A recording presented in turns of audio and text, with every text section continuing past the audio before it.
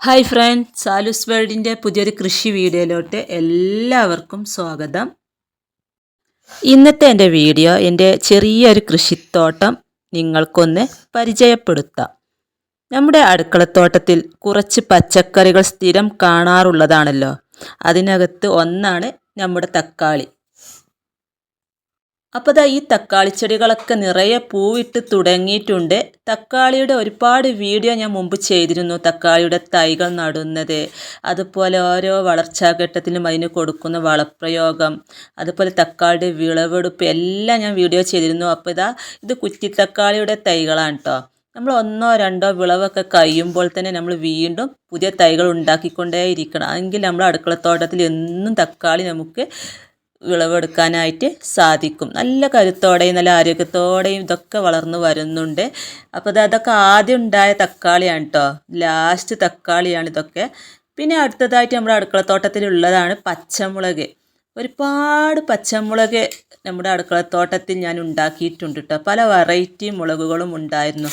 ഈ ഒരു മുളക് ഉണ്ടല്ലോ, ഇഷ്ടം പോലെ ഉണ്ടാവും. തുരുതുരാ കായ്ക്കുന്ന ഒരു ഐറ്റമാണ് ഈ മുളക്. ഇതിങ്ങനെ മേലോട്ട് ഇങ്ങനെ പൊന്തിയിട്ടാണ് കേട്ടോ നിൽക്കൽ. മറ്റേ പച്ചമുളകിൻ്റെയും കാന്താരിൻ്റെ ഒന്നും മാരിയല്ല കേട്ടോ. ഇത് വേറൊരു ഐറ്റമാണ് കേട്ടോ, ഒരു വെള്ള കളറായിട്ടാണ് ഇത് വരുന്നത്. അപ്പോൾ ഒരു വീടായാൽ പച്ചമുളക് അത്യാവശ്യമാണല്ലോ. ഒരു 3-4 ചൂടൊക്കെ നട്ട് പിടിപ്പിച്ച് കഴിഞ്ഞാൽ നമ്മുടെ വീട്ടിലേക്ക് എന്നും നമുക്ക് പച്ചമുളക് വിളവെടുക്കാനായിട്ട് സാധിക്കും.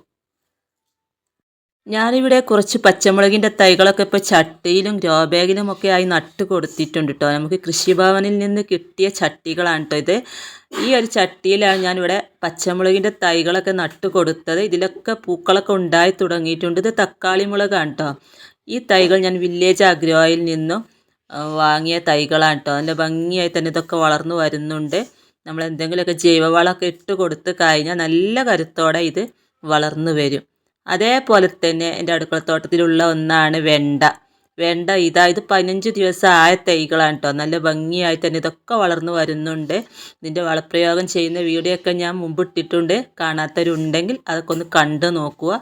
ഇത് ആനക്കൊമ്പൻ വെണ്ടയാണ് കേട്ടോ. ഇത് 2-3 എണ്ണം ഉണ്ടായാൽ തന്നെ നമ്മുടെ വീട്ടിലേക്ക് ആവശ്യമുള്ളതായത് നമുക്ക് എടുക്കാം. അത്യാവശ്യം വലിപ്പമുള്ള വെണ്ടയാണ്. ഒരുപാടൊന്നും വേണ്ട. ഒരു 3-4 എണ്ണം ഉണ്ടായാൽ തന്നെ നമുക്ക് ഉപ്പേരി ഉണ്ടാക്കാനായിട്ടൊക്കെ പറ്റും. വെണ്ട സ്ഥിരം എല്ലാവരും നട്ട് പിടിപ്പിക്കാറുള്ള ഒന്നാണല്ലോ. അപ്പോൾ ഇത് കണ്ടതിലൊക്കെ നിറയെ കായ്ച്ചിട്ടുണ്ട്. അതുപോലെ തന്നെ ഇവിടെ ഒരു മുരിങ്ങയുടെ കമ്പുണ്ട് കേട്ടോ. അതും അതിൻ്റെ കൂടെ തന്നെ അങ്ങനെ പുതിയ ഇലകളൊക്കെ ഉണ്ടായി ഇങ്ങനെ വന്ന് തുടങ്ങിയിട്ടുണ്ട്. അതേപോലെ തന്നെ നമുക്ക് എൻ്റെ അടുക്കളത്തോട്ടത്തിലുള്ള ഒന്നാണ് വഴുതനയും സ്ഥിരമായിട്ട് കാണിക്കാറുള്ള ഒന്നാണ്. അപ്പോൾ ഇത് പല വെറൈറ്റി വഴുതനകളാണ് കേട്ടോ. ഉണ്ട വഴുതന, നീളമുള്ള വഴുതന, അതേപോലെ തന്നെ വെള്ള ഉണ്ട വഴുതന, വെള്ള നീളമുള്ളത്, നീല. ഇത് കണ്ടോ, ഈ ഒരു ചട്ടിയിൽ നട്ട ഈ വഴുതന ചെടി ഉണ്ടല്ലോ, ഒരുപാടാണ് കേട്ടോ ഇതിൽ നിന്നൊക്കെ വിളവെടുത്തിട്ടുള്ളത്.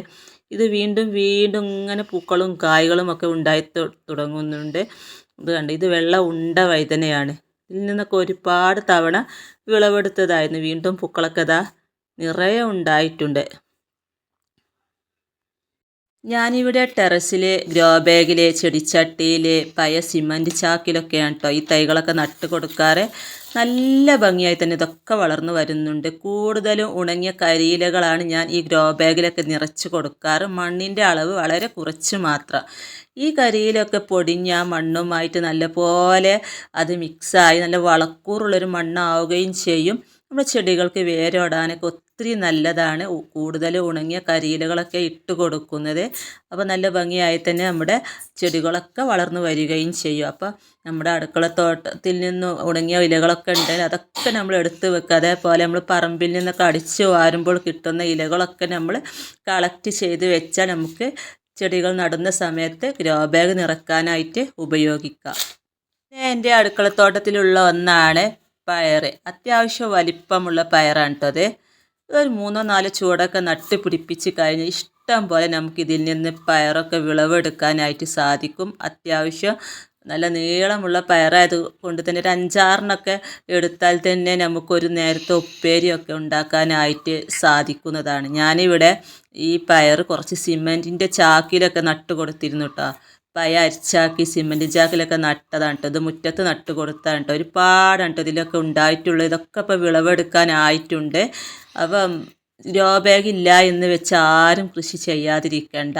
നമ്മൾ പാഴാക്കി കളയുന്ന സിമൻറ്റിൻ്റെ ചാക്ക് അരിച്ചാക്കൊക്കെ ഉണ്ടെങ്കിൽ അതൊക്കെ നമുക്ക് കൃഷിക്കായിട്ട് ഉപയോഗിക്കാം.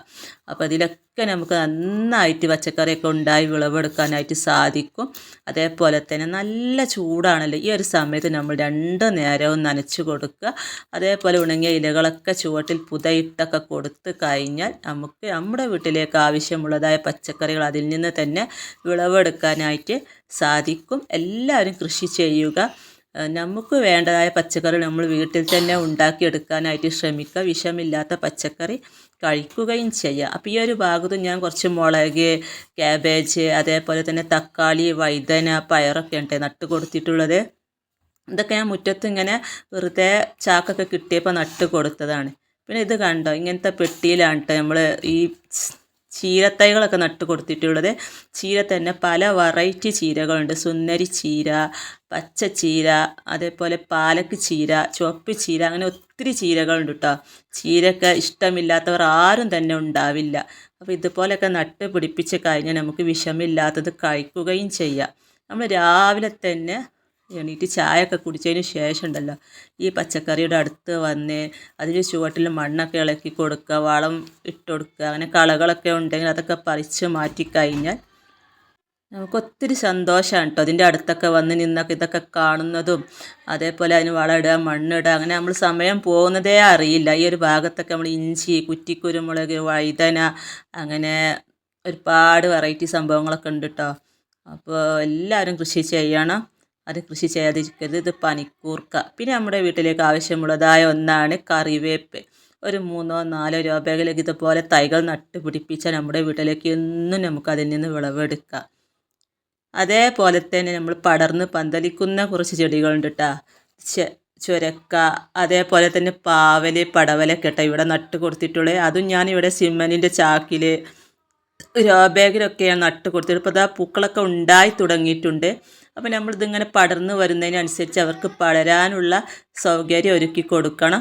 ചൂടിക്കയറ് വെച്ചോ പ്ലാസ്റ്റിക്കിൻ്റെ കയറ് വെച്ചോ ഒക്കെ നല്ലപോലെ കെട്ടിക്കൊടുത്ത് കഴിഞ്ഞാൽ അവർ പന്തലിലോട്ട് ഇങ്ങനെ കയറിക്കോളും. നല്ല രീതിയിൽ തന്നെ വളങ്ങളും ജൈവ വളങ്ങൾ എന്താ ഉള്ളതെന്ന് വെച്ചാൽ ഓരോ 10 ദിവസം കൂടുമ്പോൾ ചെടിയുടെ ചുവട്ടിൽ ചെറുതായിട്ട് മണ്ണൊക്കെ ഇളക്കി ഇട്ട് കൊടുത്ത് കഴിഞ്ഞാൽ ഭംഗിയായി വളർന്നു വരും. അപ്പോൾ ഇന്നത്തെ വീഡിയോ നിങ്ങൾക്ക് ഇഷ്ടമായ ലൈക്ക് ചെയ്യാനും ഷെയർ ചെയ്യാനും കമൻറ്റ് ചെയ്യാനും മറക്കരുത്. അടുത്ത പുതിയൊരു വീഡിയോ ആയിട്ട് വരുന്നത് വരെ വീണ്ടും കാണാം.